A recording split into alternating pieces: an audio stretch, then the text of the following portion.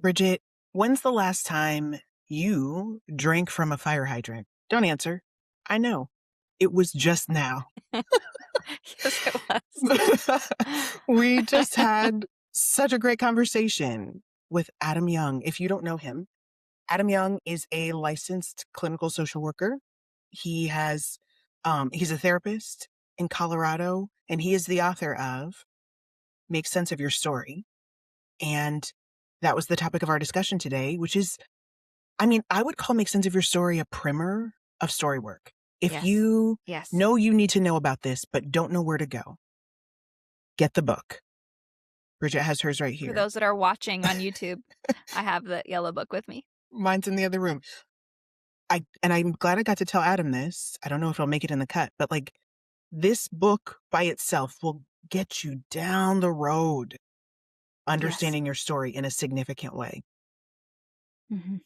Yeah, it really felt validating to me just of my own dating experience of deeply, deeply, deeply longing to have a partner that has the capacity to engage their stories of pain well. And when that has been missing, how lonely I have felt in romantic relationships, feeling like I'm the one pulling all the weight. So I just felt there was a lot of validation just for me. Not that I was seeking his validation, but it felt really kind to my own heart to hear okay, yes, you weren't asking for too much.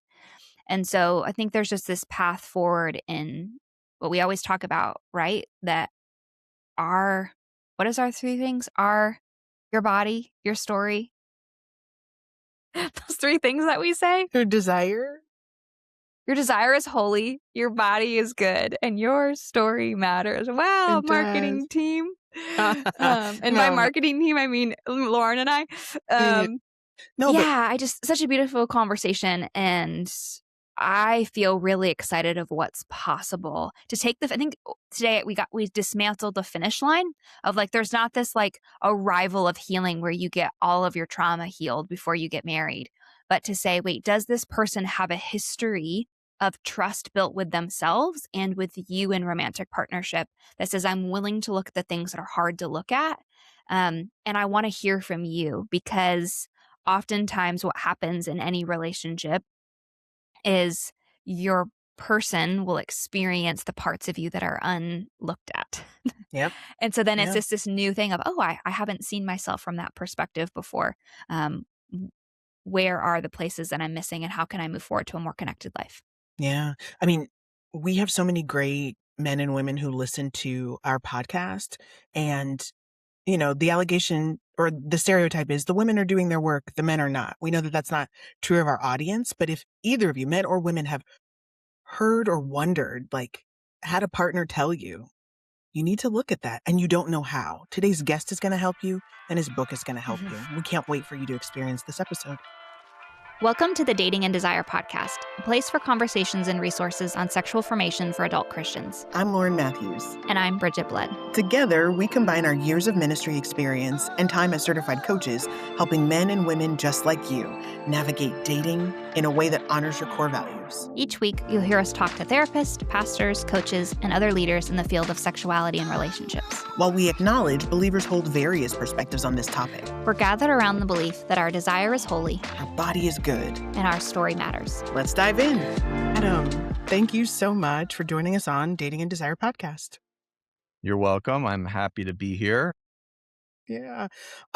Bridget and I both have experience with your book, and I've seen you in webinars, online resources, and have just always found you so winsome and so helpful in thinking about a really hard topic. It's hard to go back. It's hard to think about all the things that have happened up to now.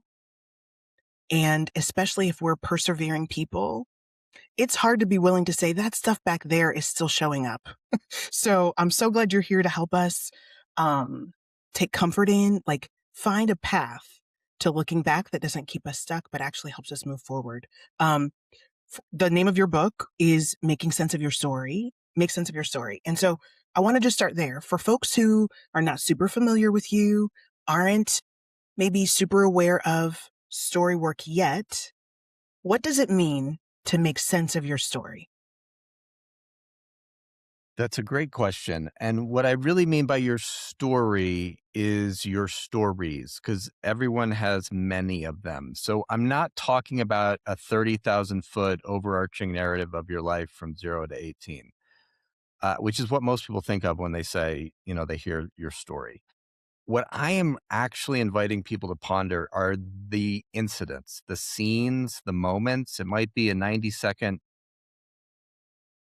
scene from your 12th birthday party. Uh, and it is in the particularity, this is the thesis, it is in the particularity of the details of those stories that you will find out how your brain has been shaped in your family of origin.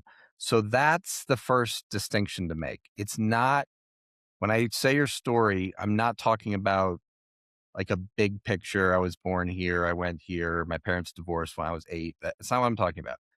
I'm talking about the memories. And you might not know why you remember that particular scene, but you always have, and you haven't really understood the significance of it. Okay. Your brain remembers what is important to remember. So if you have a memory or 10 from your growing up years, what I would suggest is the invitation is, honor, will you bring hospitality to those memories? And will you listen to the boy or girl in the story, in the scene, to hear what it was like for them? Yeah. A lot of our audience, all of our audience are daters or unmarried couples, though we have some in our audience who are married. And so I think about first date, second date, third date questions about how Hmm. did you grow up? The things that Yeah. come to your mind that you might leave unsaid, but that come to your mind first when you're asked those questions will be clues, it seems like, to what stories you're talking about.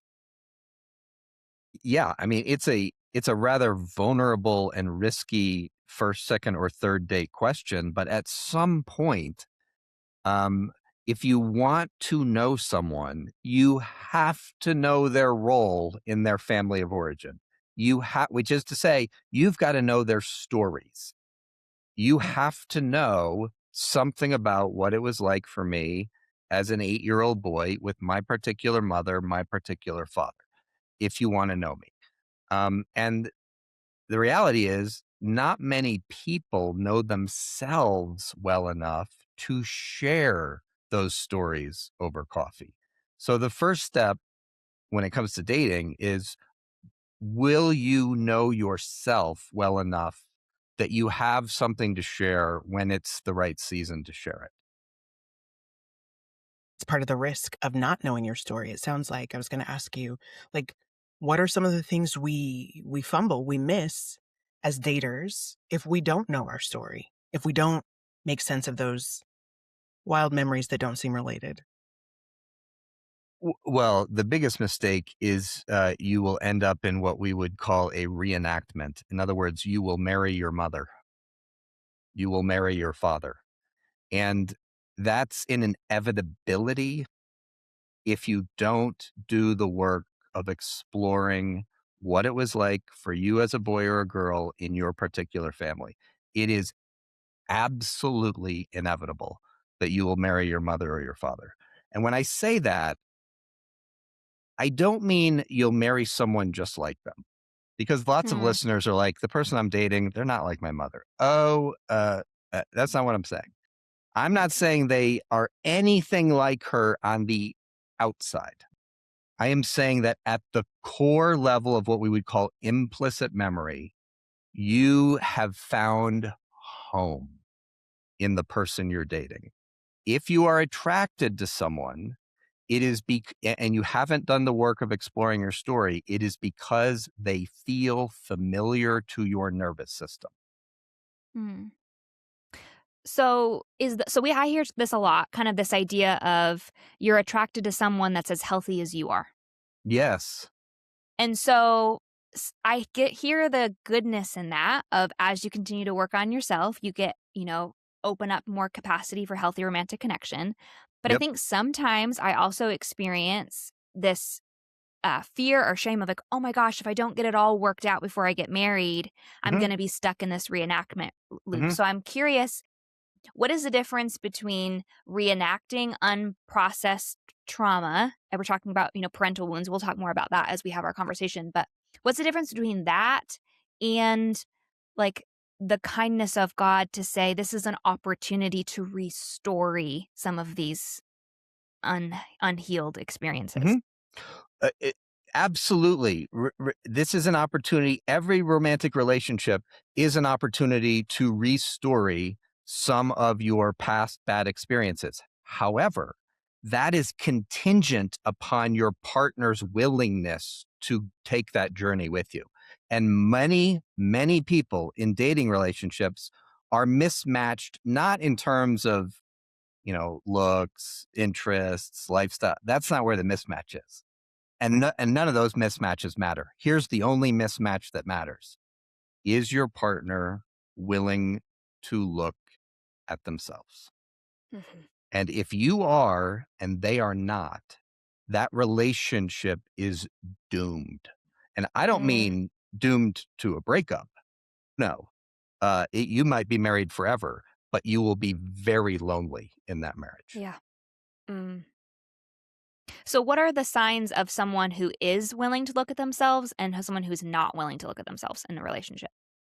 Well, I mean, you've experienced both, right? Like sometimes when you're having a dialogue with somebody and it gets contentious with a partner that you're dating, and uh, it, they are experiencing something of you that is not does not feel good to them, and this is a pattern, not an incident, right? It's a pattern, and they say to you, why might this keep happening where, I feel yuck and you keep doing this, and we've talked about it, and it keeps happening. Like, what are we going to do about that? And if that other person is not willing to look at how that behavior came to be, then there is that's what I call a cul-de-sac of a relationship. You are going to start staying stuck in that yucky pattern, because patterns don't happen randomly. They happen for neurobiological reasons rooted in your family of origin story. So in my mind, the only requirement of a partner and the most important thing you should put on your dating profile is, I am interested in someone who is willing to explore their story. And if they're Mm. willing if they're willing to do that, then that's all that matters. Trauma, okay, trauma can be worked through. Trauma is not a death sentence. A death sentence to a romantic relationship is, I prefer not to. Wow, this is so good. I just talked to a client today and had that kind of conversation where she's noticing some snippiness, some sarcasm that wasn't there in the beginning, now that they're in an exclusive relationship. And we talked about the kind of conversation that needs to happen this weekend about, I'm noticing this.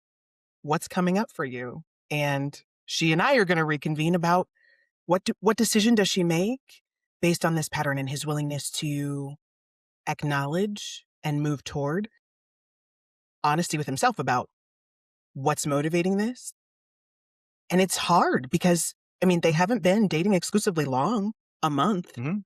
and there's been a Yeah. lot of really good work moving toward that. But we don't stop to the discernment track just because we made it too exclusive or made it too engaged or made it too married. So we're always looking and asking this question that you posed really beautifully. Are you willing to look at yourself?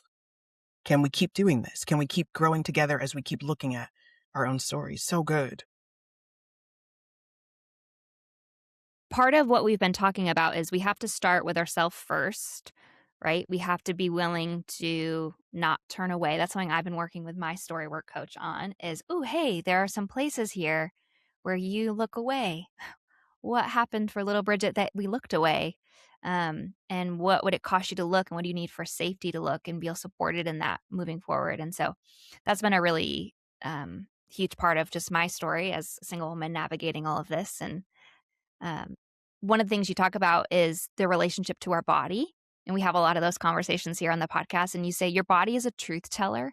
Your body doesn't lie, but that doesn't mean that your body always perceives reality accurately. So, can we talk about this? Having a kind friendship to our body, acknowledging that our body does tell us the truth. And sometimes we get signals or things from past that may not be accurately seeing what's presently happening clearly. Hmm. Yeah. What I mean by that quote is like your body is giving you cues, i.e., information, particularly about safety and danger, all the time. It's not always accurate about the present relationship, but it's always telling the truth. And there is a Mhm. difference. Okay. Yeah. So, what if it's not always accurate about the present dating relationship? What truth is it telling? Okay. Well, it's telling you the truth about your past story. So, if you're having an experience that feels really not good with the person you're dating around some particular issue, that might be because that person is harming you. It might be because you have unprocessed, unhealed wounds from your story, and your body is telling you the truth about that. It's Yeah. basically saying, would you like to look at this wound? Would you like to look at it? No, I don't want to. I want to know, is the Right. guy in front of me the person I'm supposed to marry? It can be really frustrating to and alluring to think, let me fix myself and then I'll start down this path of dating. Let me get fixed so that I don't get triggered, so that I'm not Right. Right. the person whose body is telling her something that's not connected to the person in front of her. Is Uh that huh. even is that a realistic expectation, Adam, in dating and beyond? It not only is it not realistic, but it's missing the point. Like the goal of healing is not to never be triggered again. Triggered it simply means that you are remembering something and it is affecting your nervous system in direct proportion to your story. That's how neurons operate. They are very faithful to their job to alert you to past experiences that did not go well for you. So the goal, is not, I need to get my own, like people on dating profiles will say stuff like, I've done my work and I'm ready for a relationship now. They're missing the complete point. Yeah. If they are putting that sentence in the past tense, it tells you they have not done their work because Mm. there's no finish line to this. It is about a way of being with your own heart, body, wounds, story in a kind and compassionate way. And if you can be with yourself in a kind and compassionate way, and you have a partner who is willing to do the same, then, then you have what I would say is the foundation to move forward together. This brings up for me just a question about pacing in dating relationships and appropriateness of tapping in my date to this process. You said I need to be comfortable enough to be with myself, but at some point, and I'm going to ask you, Adam, when do you think is closer to that point? At some point, we start co-regulating with Mhm. our partner. Um, Right. I pray to God it's before we get married. So, like, when do you think it's an appropriate time to start tapping in our date in this co-regulation process? Well, you co-regulate one another on the first date. It has nothing to do with dating. Human beings are always interactively regulating one another. So you could be on a blind date with somebody, and 10 minutes into coffee, you are interactively regulating one another's nervous systems because skin is not as big a barrier as we think it is. So you're all like right now, we're interactively regulating the three of us. That's just what it means to be a social being. If I'm understanding your question, the spirit behind your question, it's when do I start taking the risk of sharing my wounds with the person I'm dating? And and what I would say to that is give them what I call a pearl. Give them one thing, not all the things in your heart, one thing, and see how they handle that wound, that vulnerability, that willingness to risk. Share one thing and see what they do with it.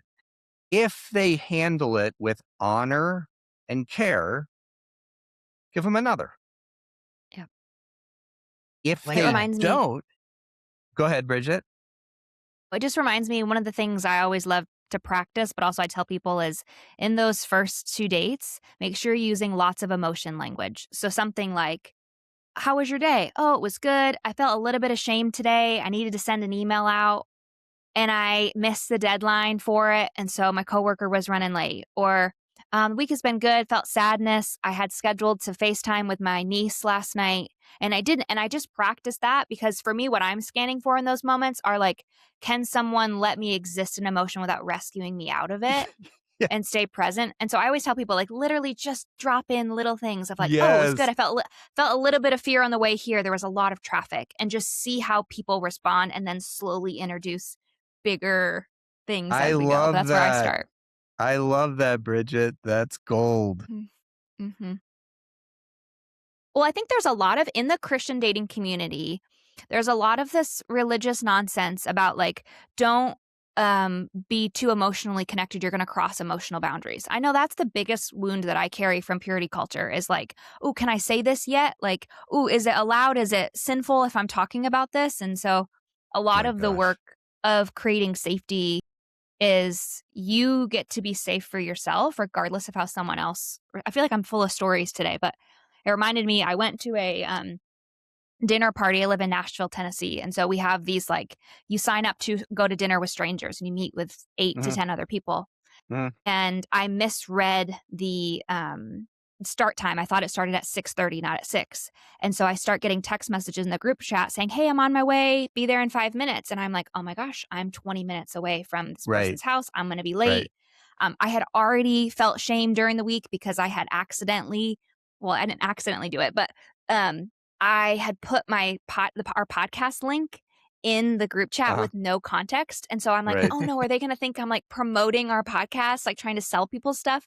And so even in that, like I sent a message and I was like, "Guys, I'm feeling so much shame. I want you to know I'm not trying to sell you anything. Can't wait to be with you tonight." And I felt really, really activated by it on the way there of like, "Oh no, people aren't going to like me. And what are they going to think about me?" And yada, yada, yada.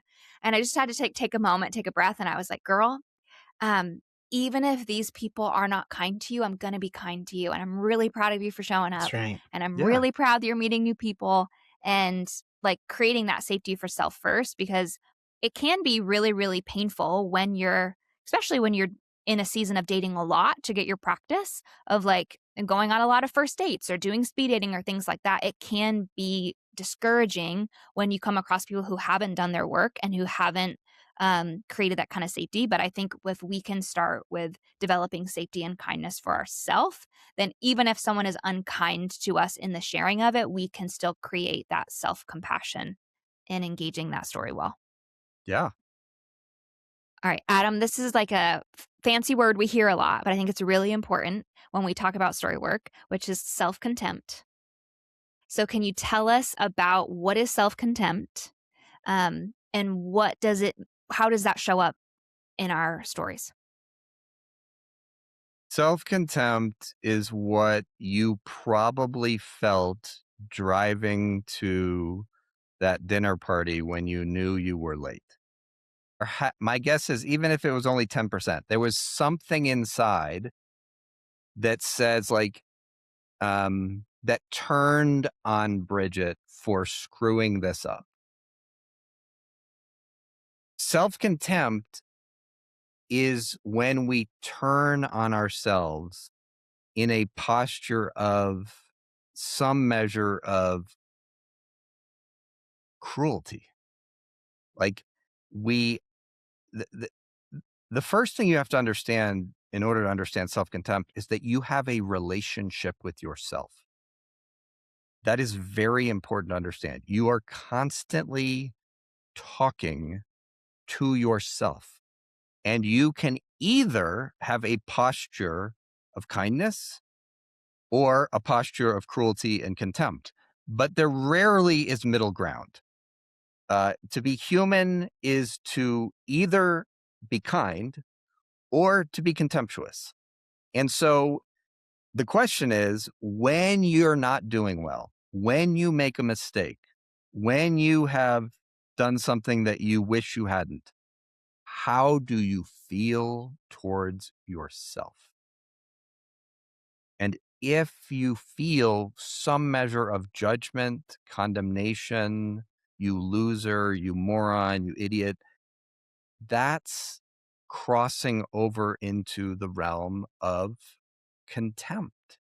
And it is the opposite of what your heart is most needing in that moment.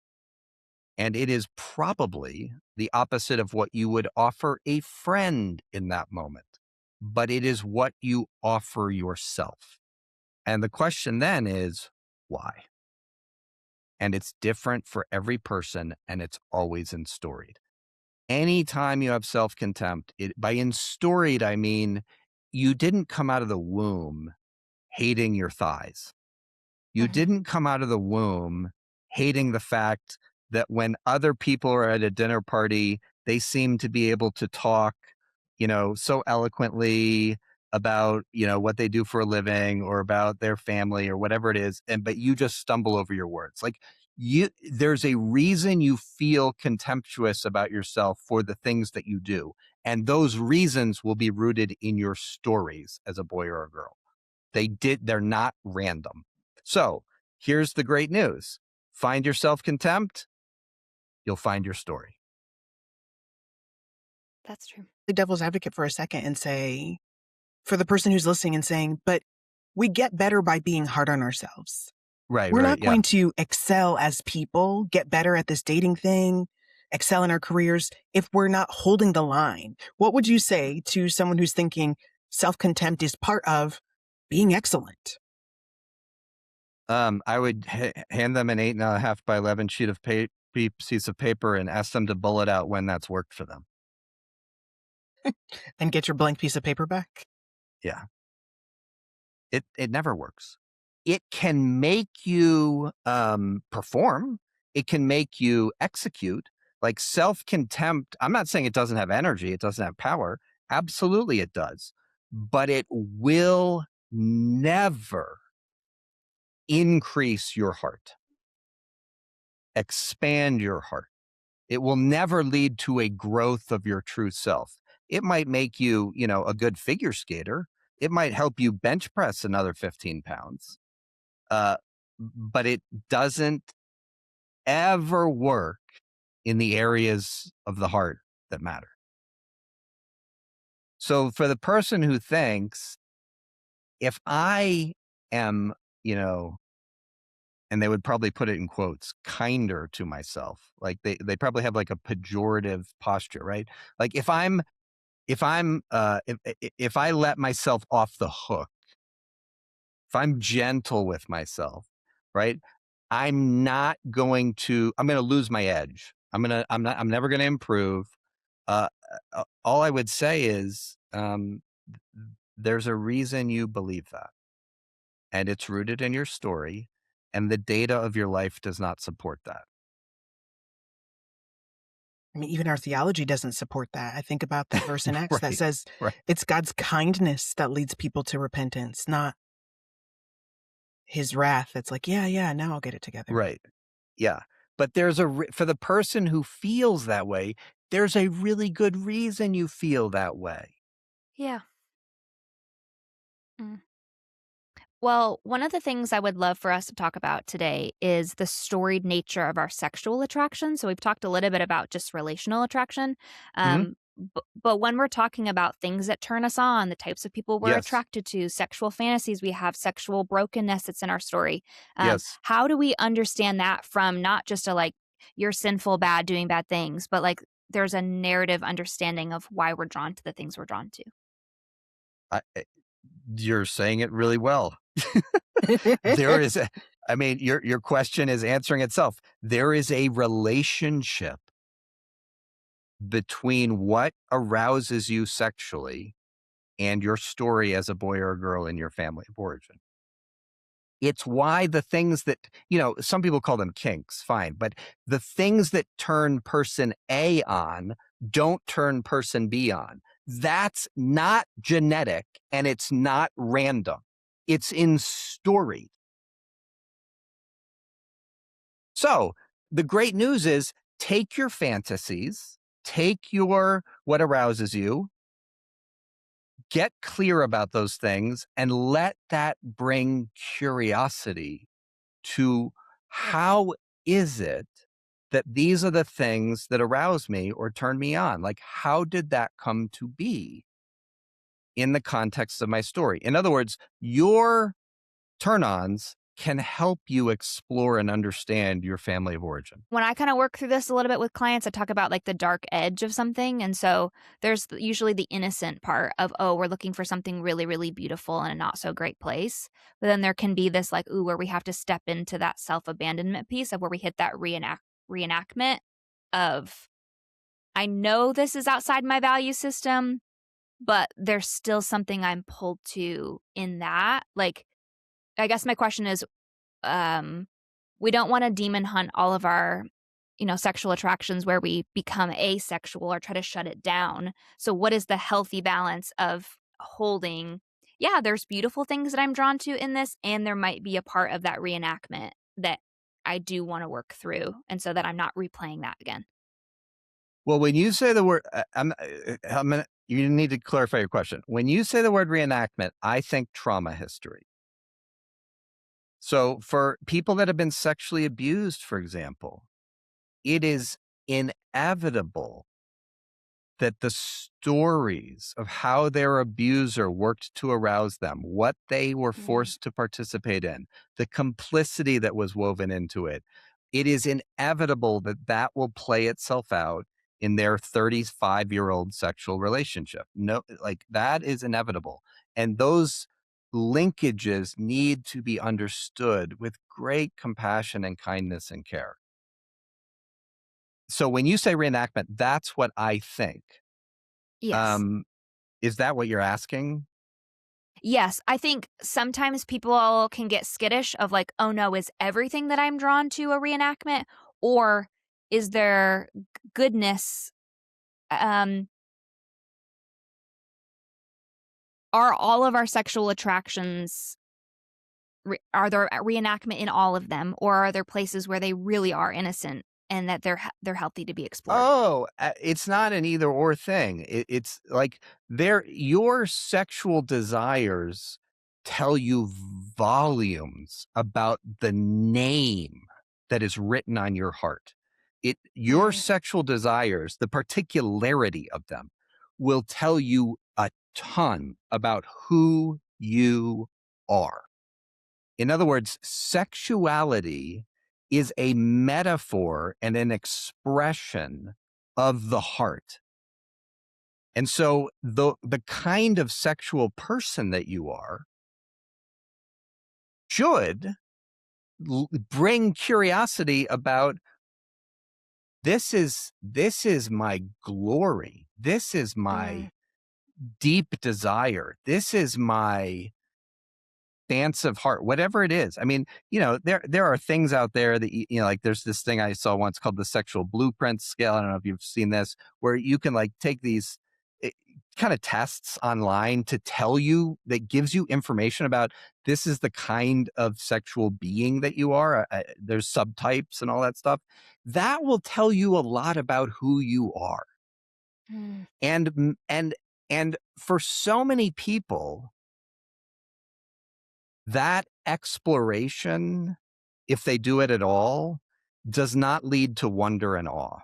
it leads to contempt, shame, and condemnation. And that's far more about cultural and personal stories about sexuality than it is about this is bad. So, what I would say is there is so much goodness that needs to be uncovered, owned, and named in your particular sexual desires. But a lot of people are deeply uncomfortable with their sexual desires. How come? Well, culture plays a huge role. So people from different cultures, like you mentioned earlier, purity culture, that's a thing. That is a very real thing. Um, but before there was purity culture, there was sexual shame. So culture plays a huge role in how you, as a 16-year-old girl, 26-year-old woman, understand your sexual beingness. In addition to culture, there's your story. And by story, I don't mean your sexual experiences in adolescence. I mean the sexual ethos from your parents. Every family is sexual. Every family.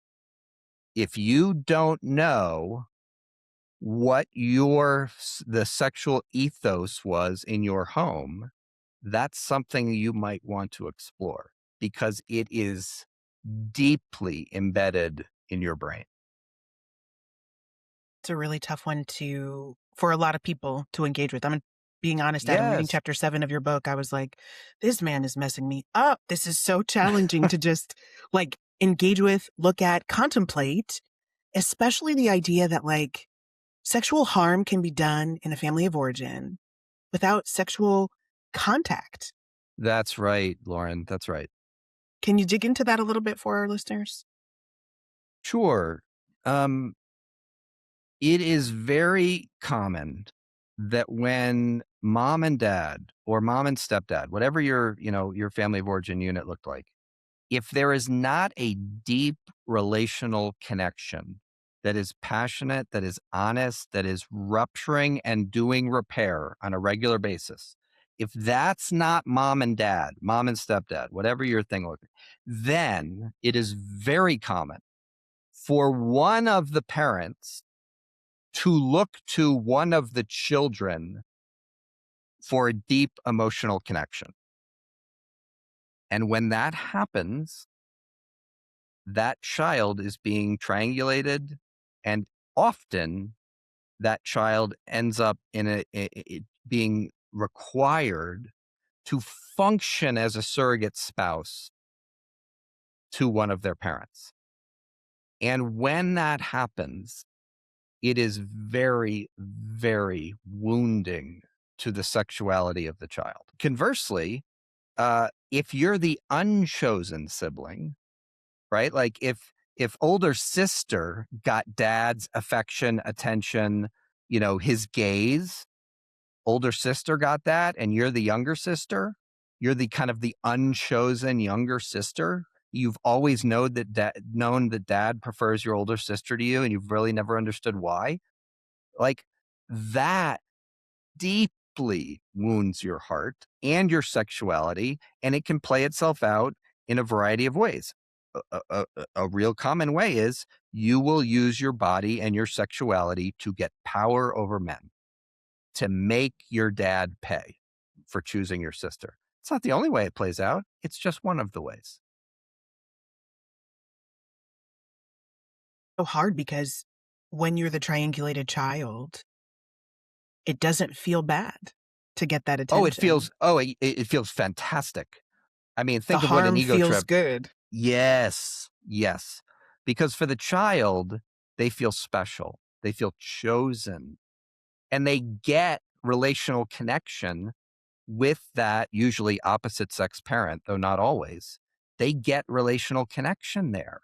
So for a 13-year-old girl, that feels fantastic. for the 23, 33-year-old woman. Right. It feels it will have debris that is playing itself out on all of your dates. Wow. Well, there's so much we could continue to discuss, and we will discuss. We'll make sure that in our show notes, people have the links to connect with you and get your book. I have it with me. All of my friends will say, "Hey, what's that yellow book about story that you had?" And so, great marketing. People are always like, "What's the yellow book?"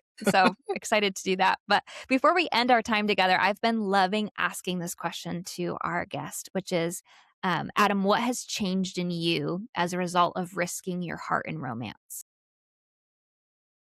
That is a great question. What's changing? Well, risking your heart in romance. Well, I was gonna. You're asking what's changed in me. Okay, what's changed in me?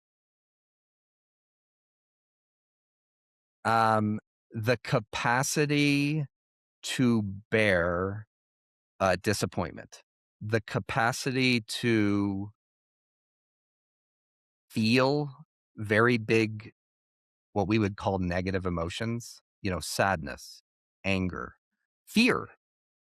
So for me, risking my heart in romance, it has over time, it has increased both my understanding of what I really long for, what I really want, what I need, like as a man, what I need, um, relationally, and it's increased like my connection to parts of my heart that have unmet longing, that have disappointment, um, that have anger. So it's connected me to my emotions. Mm, love that. You get to know yourself better. So good. Thank you. Thank you so much for this time, for sharing, insight into how we're showing up in dating and how I really feel like, especially with your book, the path forward is so prepared. It's not everything, but just reading the book and doing the exercises will be so immensely moving. Like real movement will be had by just engaging with your book. And that's a miracle. Like it's not frequent that a book can move that much. So thank you so much for sharing time with us and sharing your unique way of seeing this with the world. We appreciate you.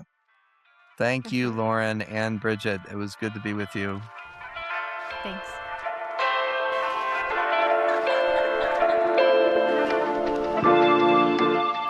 Thanks so much for spending your time with us today. If this conversation encouraged you, challenged you, or helped you feel a little less alone in your dating journey, we'd love for you to subscribe, leave a review, or share this episode with someone who might also need the encouragement. You'll find links in the show notes to connect with today's guest, as well as other ways to work with Lauren and me through coaching and other opportunities designed to support you in dating with clarity, trust, and integrity. We believe you don't have to shut down your desire or abandon your values to build a meaningful connection. And we're honored to walk alongside you as you navigate that journey. You can also find us on Instagram at Dating and Desire, where we'll continue the conversation. Thanks for being here. We'll see you next time.